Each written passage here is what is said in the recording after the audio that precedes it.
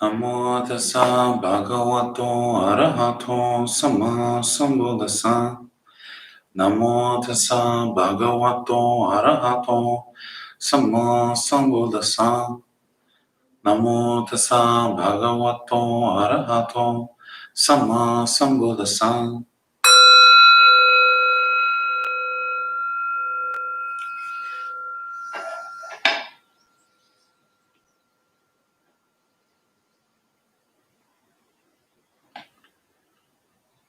So, hello everyone.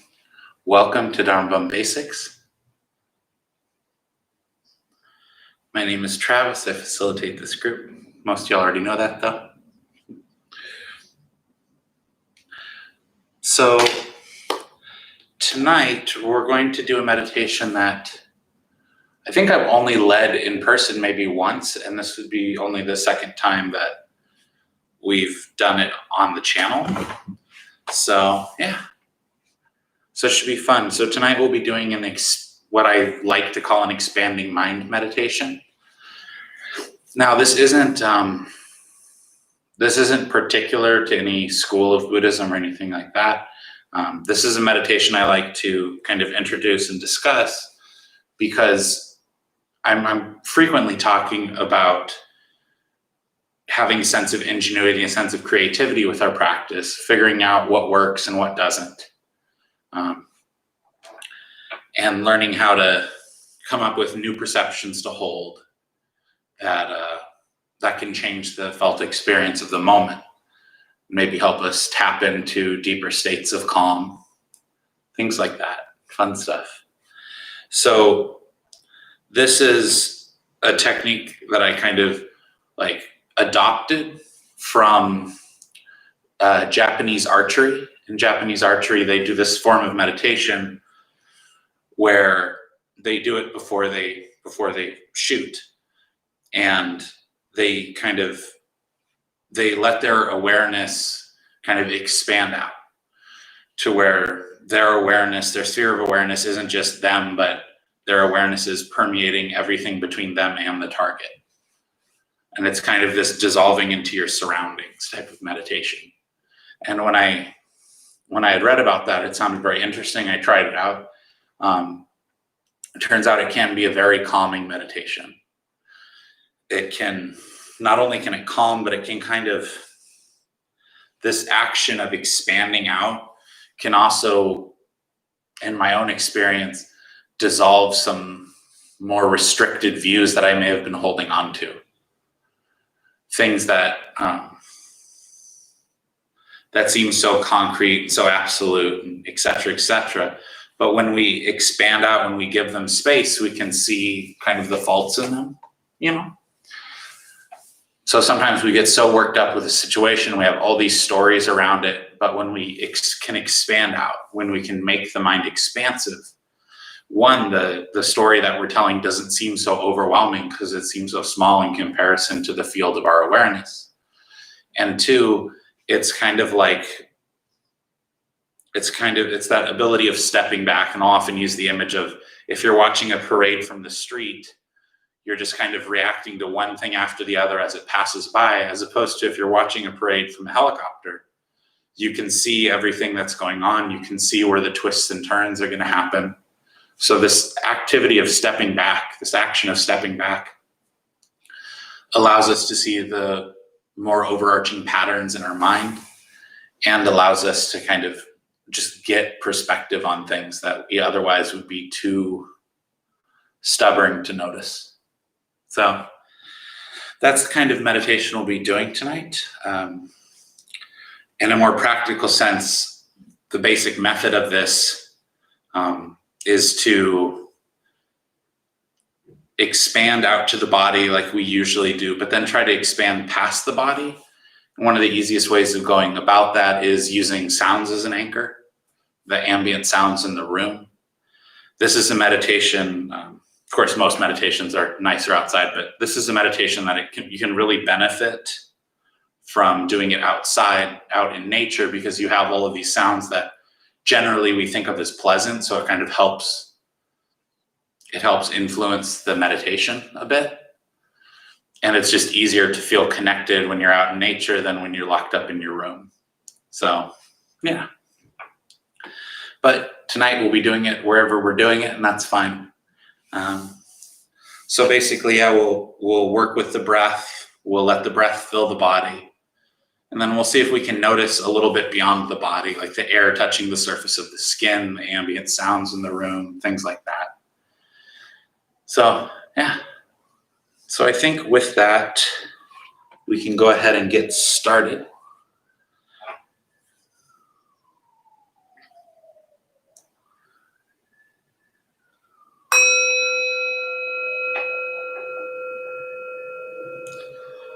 Closing the eyes and taking 3 deep breaths slowly.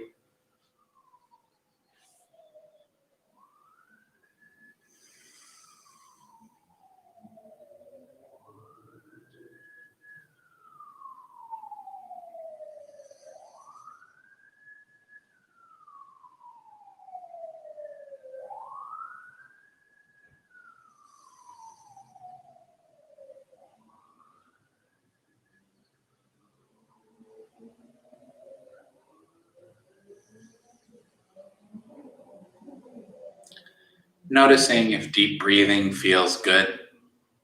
And if it does, you can keep on breathing in this way. If it doesn't, you can switch things up. Maybe even deeper still or more shallow.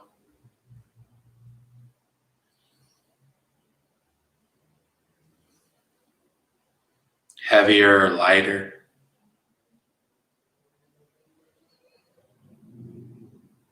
In long and out short, or in short and out long. Just noticing what feels best for the body right now.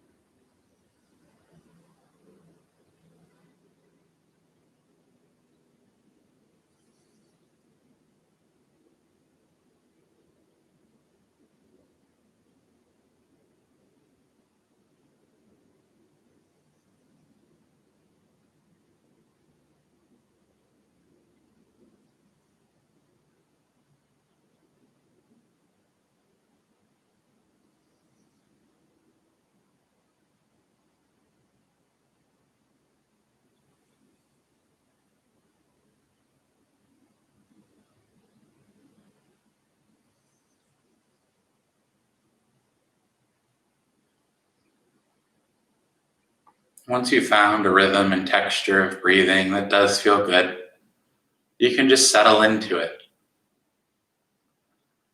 Aware of the breath all the way through the in-breath and all the way through the out-breath.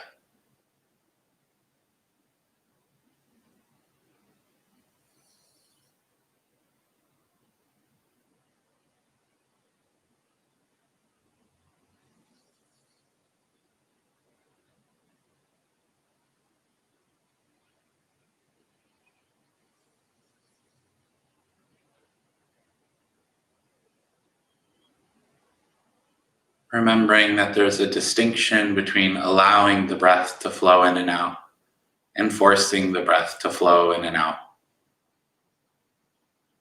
We want to try our best not to force anything while we're sitting here,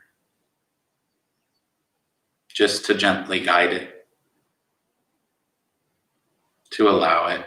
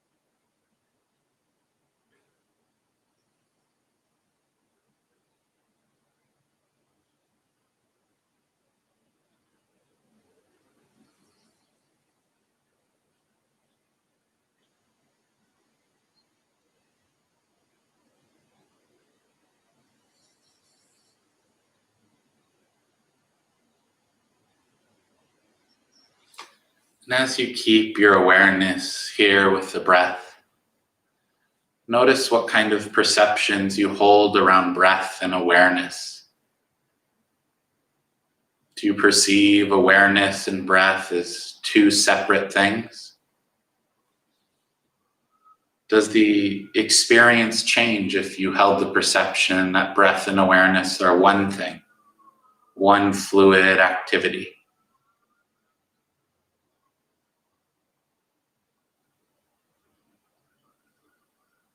Without awareness, you wouldn't notice the breath. And without the breath, awareness would fade away. So you can perceive them as one thing instead of two.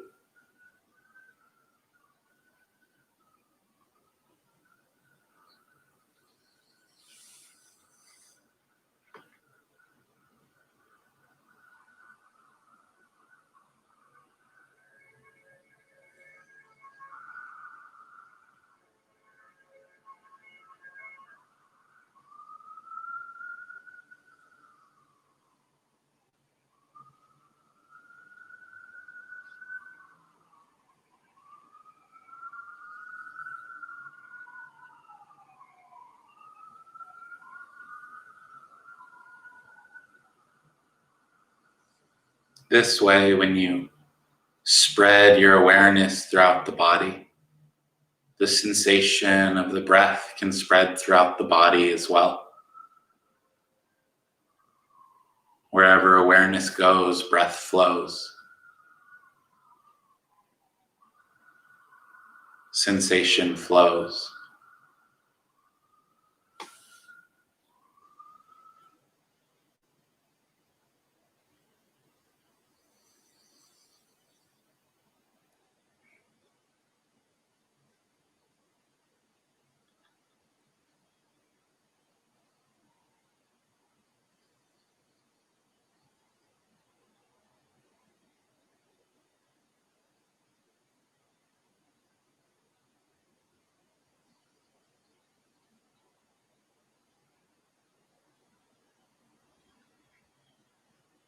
You can begin to expand this awareness up into the head,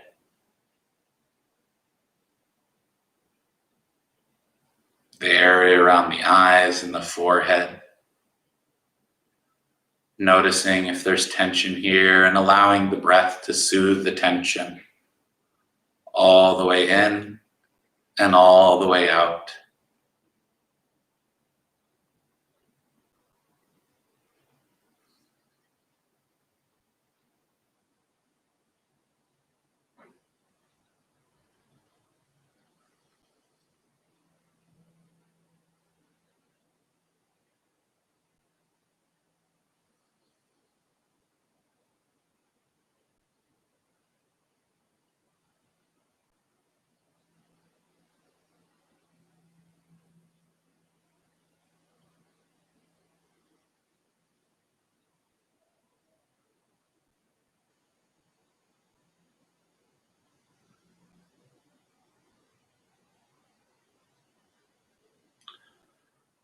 Expanding out to the rest of the scalp with this breath awareness.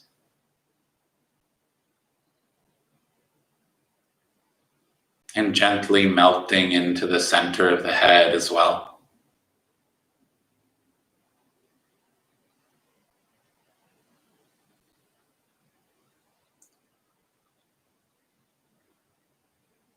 Noticing if there's any internal tension and relaxing that too.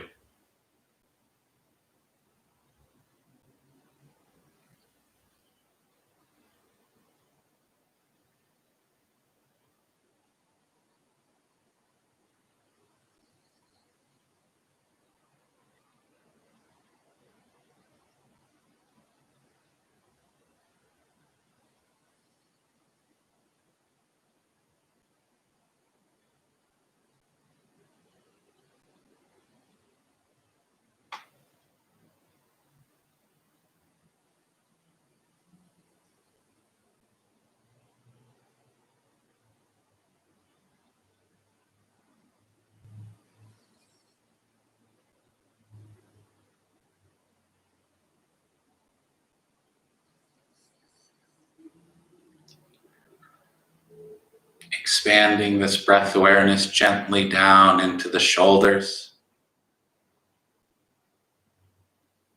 allowing the neck and shoulder tension to be released.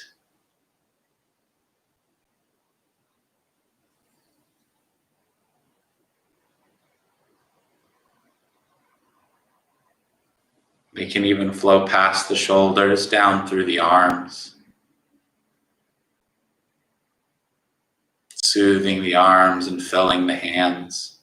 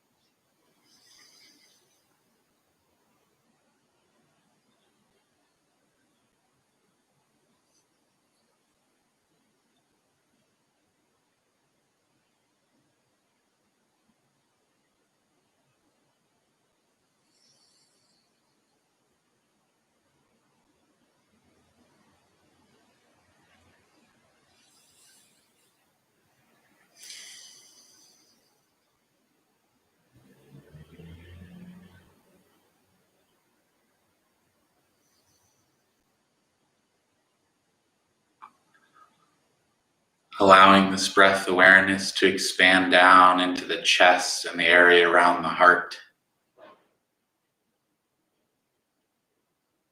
Soothing tension all the way in and all the way out.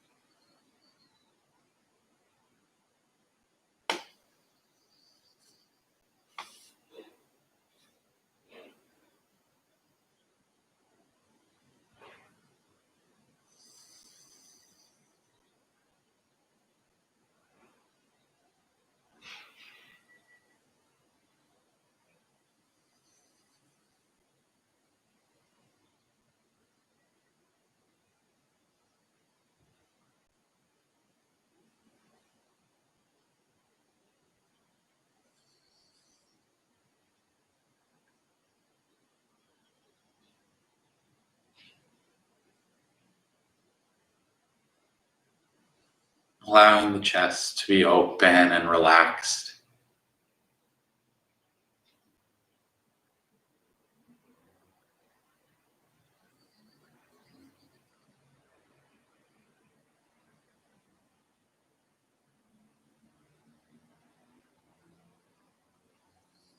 And then we can melt down into the abdomen, the area around the stomach.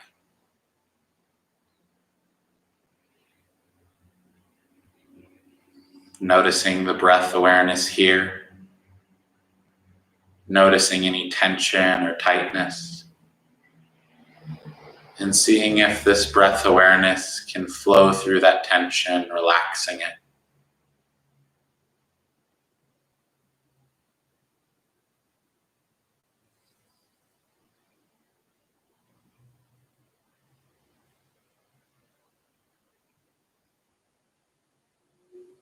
This breath awareness can be relaxing and energizing at the same time if you let it.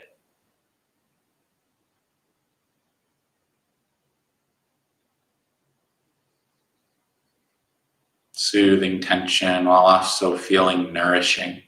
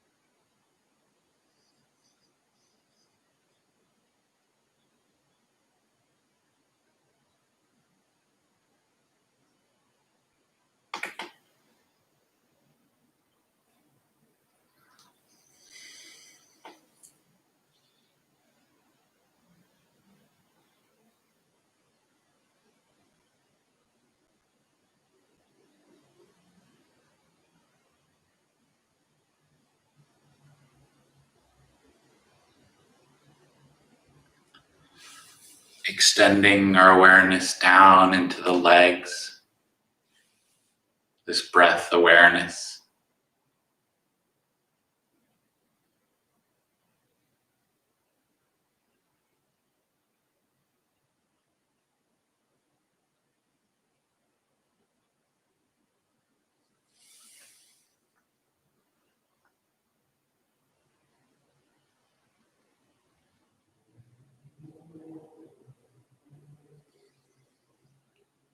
Melting on down through the legs, dissolving tension, all the way through the in-breath and all the way through the out-breath.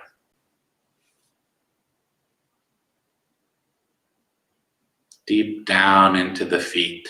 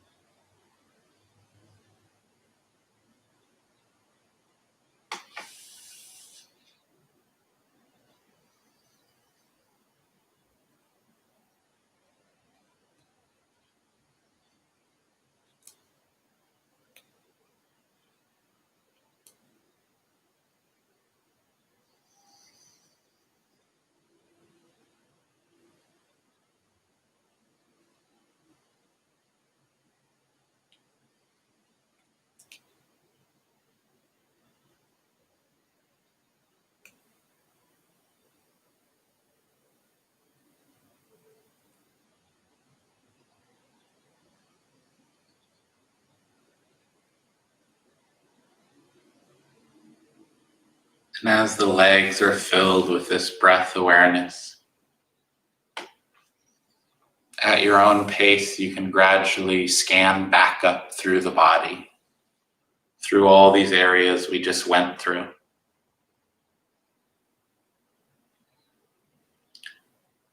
Continuing to permeate this breath awareness throughout the body. Noticing any tension or tightness you may have missed the first pass through and dissolving it.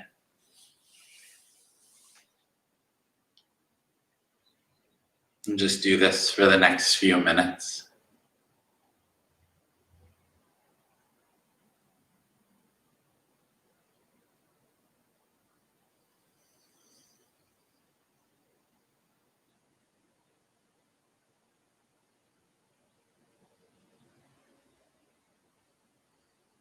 And if you reach the top, you can scan back on down.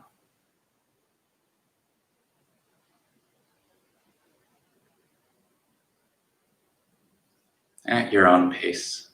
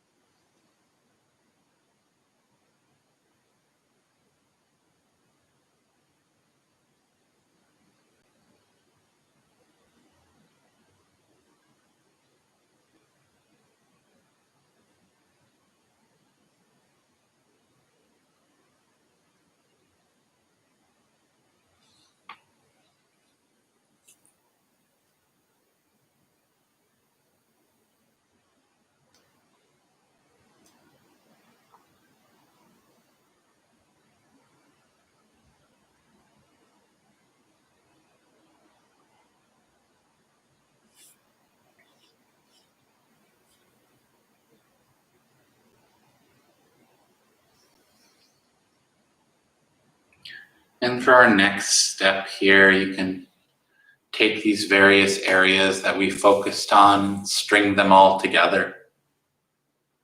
So the breath awareness is throughout the entire body, immersing the entire body.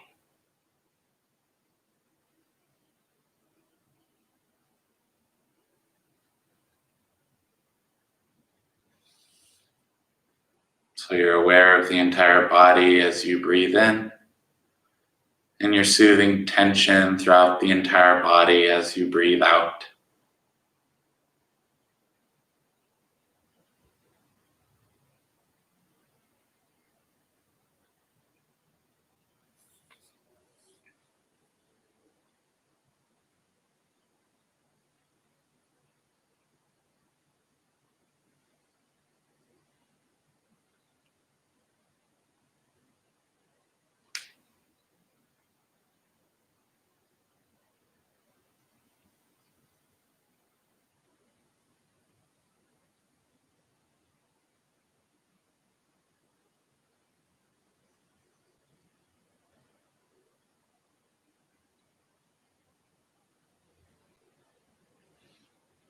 You can begin to notice what kind of perception you're holding around breath, awareness, and body.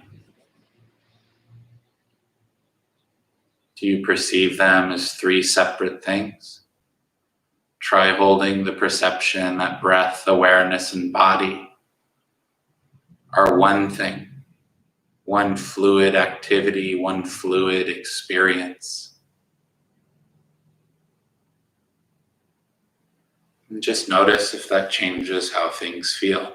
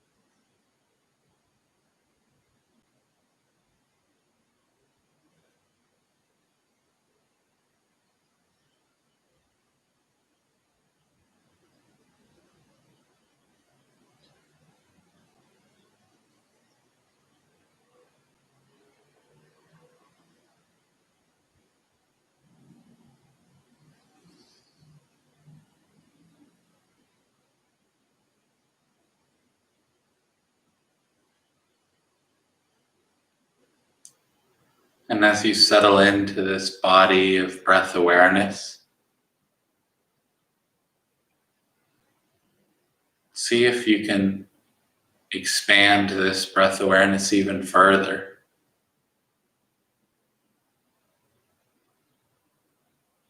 Noticing where the air touches the skin, or where our clothes make contact with our skin.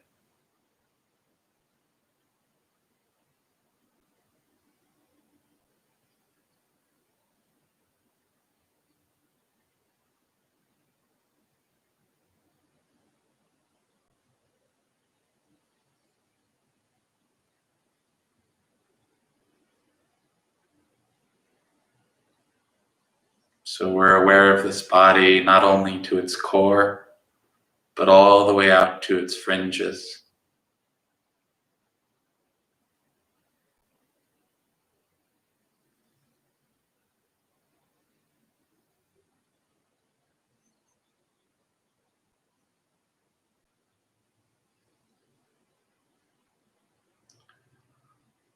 And then you can imagine that you can expand this field of breath awareness out past the clothes, and you can feel the air that's making contact not only with your skin, but with your clothes.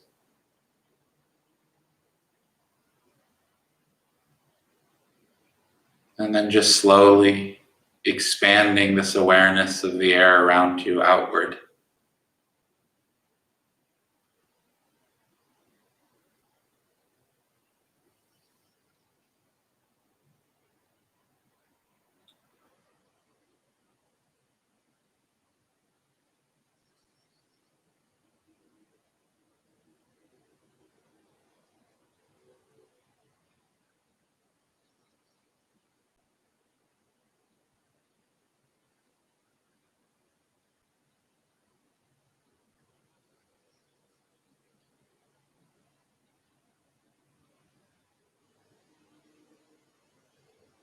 So that this body of breath awareness, this field of breath awareness, is bound by no perception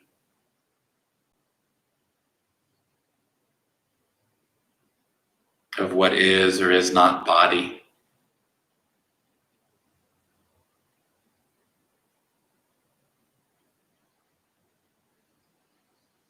Just continuing to expand awareness outward.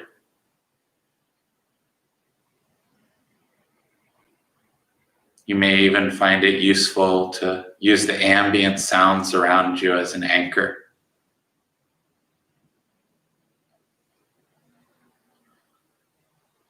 A guiding point to expand out to meet the sounds.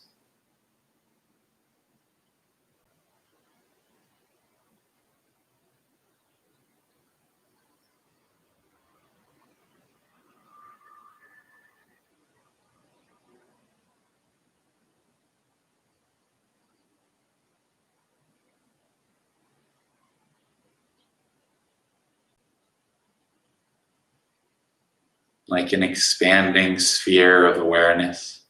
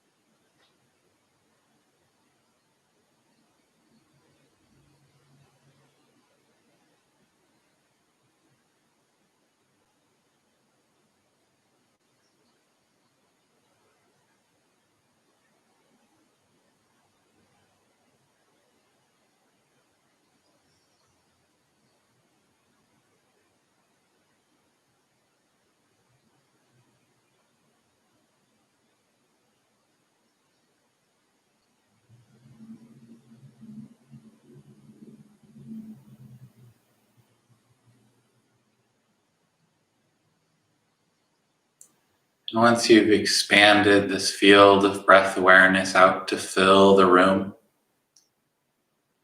you can choose to either rest in this expanded awareness or to continue expanding it outward past the boundaries of your room. expanding it as much as you want to up into the sky and deep into the earth.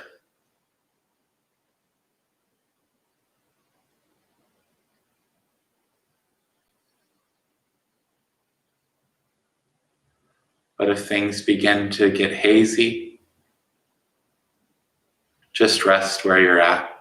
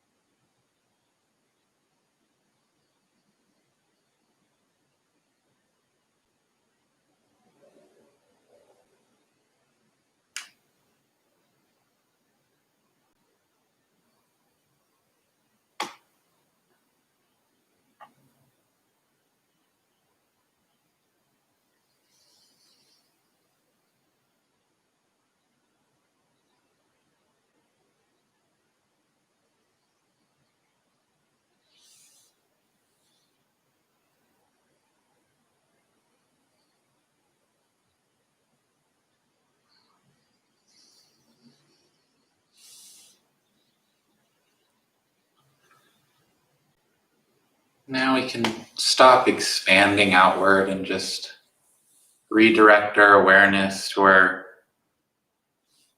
our body meets the cushion or the chair, where our feet meet the floor.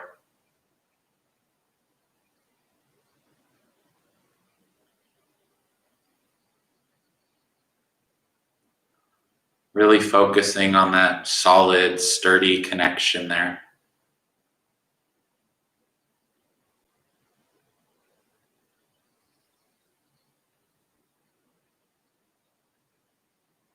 You don't want to float away.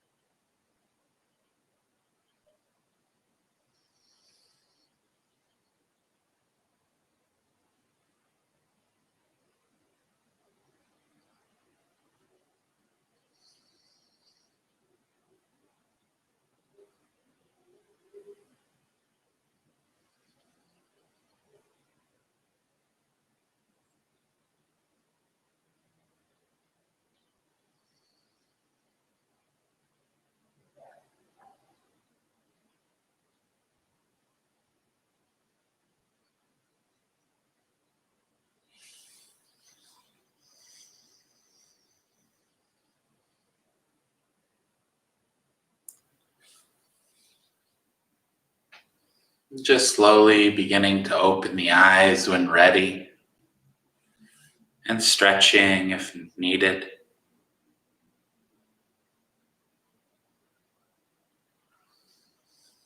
And as you open the eyes, you can remind yourself that your awareness fills this entire space that you're in.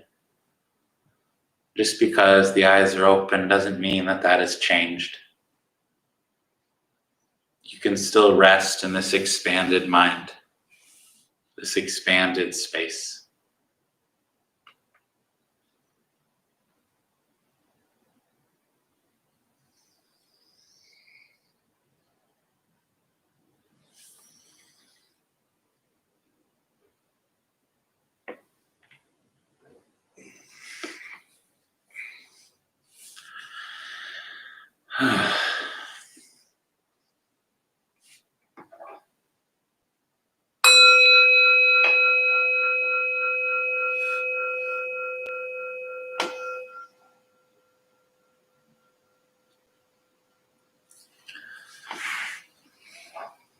So as always, if anyone would like to share how that experience of meditation was for them, I'd love to hear it. I'm always curious. If anyone has any questions about that meditation or about Buddhism in general, I'm happy to attempt an answer or more questions. Yeah. So I'll just talk a little bit about this method, right? These perceptions that we're kind of using here. So it doesn't matter if it's accurate to say that our mind can expand out, or our awareness can expand out past the body. So it doesn't matter necessarily if we're actually expanding the mind out to the room. The important thing is that that perception, at least within my own experience, can be very useful, because as we expand the mind out, as I mentioned, it becomes more spacious. Things are less cramped. Things have a lot more room to kind of move around without clashing with each other up there. And when things have more space, they can tire themselves out. And when there's more space, we can choose to reinforce certain ways of thinking and to abandon certain ways of thinking. When everything's all cramped and jumbled together, it's hard to make sense of anything. So this perception of expanding the mind out is useful just as that, as a perception.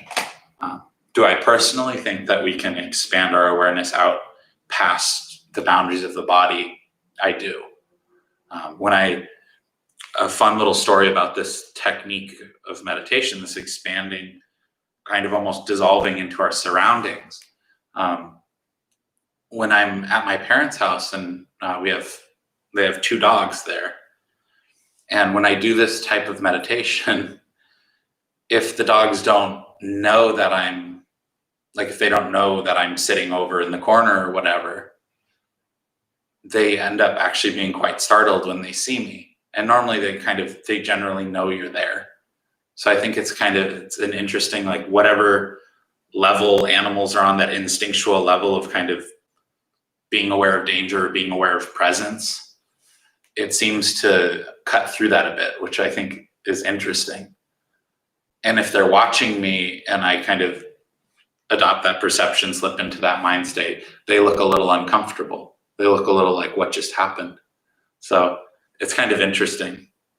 For me, those little kind of things just help reinforce that perception. And as I said, the perception's useful. So, yeah. So Allison asked, how often do you meditate? If you mean me personally, daily for at least 5 minutes. Ideally, of course, I'd like to be doing like 30 or 45-minute sessions, but at least 5 minutes, sometimes a few times a day. So, quarantine's been kind of tough on all of us. So it's gone down to about 5 minutes as the average that I can muster up. But, ideally, if you were asking more of how often should someone meditate, definitely daily, because the benefits of meditation are cumulative. Any sense of well-being you felt tonight pales in comparison to the sense of well-being you would feel after like 2 or 3 weeks of doing the same meditation. As you develop those muscles, strengthen those kind of neural pathways, then the results of the meditation stack upon themselves, slowly but surely. And then with consistency, the benefits of the meditation begin to overflow, where it's not just that you're feeling good during the meditation and maybe for 5 minutes afterwards. It's you're developing a mind state, a set of perceptions that is valuable throughout the day. And as you consistently practice, that window of how long after the meditation do you still feel the benefits of the meditation continues to grow. And if you stay with it long enough and diligently enough, you can kind of always have a little bit of that meditative quiet, that meditative peace in the background, even throughout your day, even throughout stressful situations. It kind of changes the baseline. It kind of changes the baseline throughout your day, right? So, yeah. Katie said, good example with the dogs.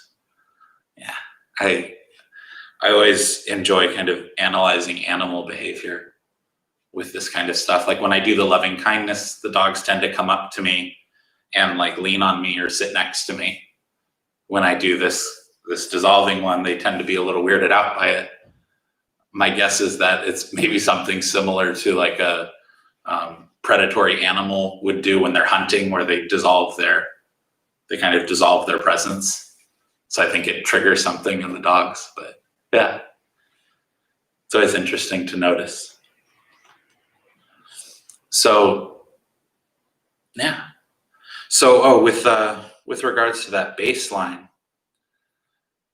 that kind of that changing the baseline through daily practice, one thing that I've noticed with myself, and it doesn't necessarily mean that, I don't want to give some kind of unrealistic picture of the benefits of meditation, right? Well, if you just meditate for 5 minutes every day in a year, you'll never be sad. That's not the case, right? It's just you'll be sad slightly less often than you would be otherwise. So for myself, I've been practicing 7 or 8 years now. I'm bad with dates. And what I've noticed the most is before I started practicing meditation, my default state was basically to be irritated or angry at all times. Now, it's not that after 7, 8 years of practice, it's not that my default state is just jovial and excited all the time or anything like that. My default state is pretty neutral most of the time. I have moments where I get excited and happy about things. I have moments where I get sad and bummed about things. But my baseline state tends to be fairly neutral. One thing with that is we could be, maybe you're practicing meditation for a while and you start to notice that more and more often you're kind of in this neutral state where you can't necessarily tell if you're happy or sad. It just feels kind of neutral. And what can end up happening is that ends up becoming a bad thing because of some perception we have. Well, if I'm not feeling happy or excited, then this must be sadness. But the Buddha talked about 3 sensations: pleasant, unpleasant, and neutral. And in a book by Ajahn Lee, I believe it's the book, The Frames of Reference, he talks about how a neutral sensation is one of the most ideal because it's not accompanied by the highs and lows of other emotions. It's a lot more steady, a lot more stable. And there's a more refined, deeper sense of ease that comes with resting in a neutral state rather than trying to be happy all the time. Trying to be happy all the time is exhausting because it's impossible. We'll have our ups and downs, but a neutral state is a lot easier to manage, to maintain. And if we can change our perception of a neutral state being a bad thing, then it just becomes a comfortable place to stay. If we drop our expectations about how we should be feeling and acknowledge that, well, here's an absence, there may be an absence of excitement, but there's also an absence of sadness. That's beautiful. So, yeah. I think with that, so Katie said, I know, so helpful to use these metaphoric examples. Yeah. It's always important to kind of be in a state of observing, because that's what we try to practice here while we're meditating, is to just be able to observe things as they are, not necessarily read too heavily into them one way or the other, but when we see them for what they are, we can kind of wake up to a lot of things we wouldn't have noticed otherwise. So thank you. Why Hills shared appreciation for you. Thank you, Travis. Thank you for coming. I think with that, we will close. If comfortable, please join palms for a transfer of merit. May any merit gained from tonight's meditation and discussion be dedicated to all those who suffer at this time. May all beings in all directions, without limit or end, be healthy, safe, joyful, and at ease. May we all be healthy, safe, joyful, and at ease. Metta karuna mudita upeka sahanga teya cetasa chaturi sambharatva yarati samabudaro pavena samadamaro pavena samasangharo pavena sote hantu nirantaram.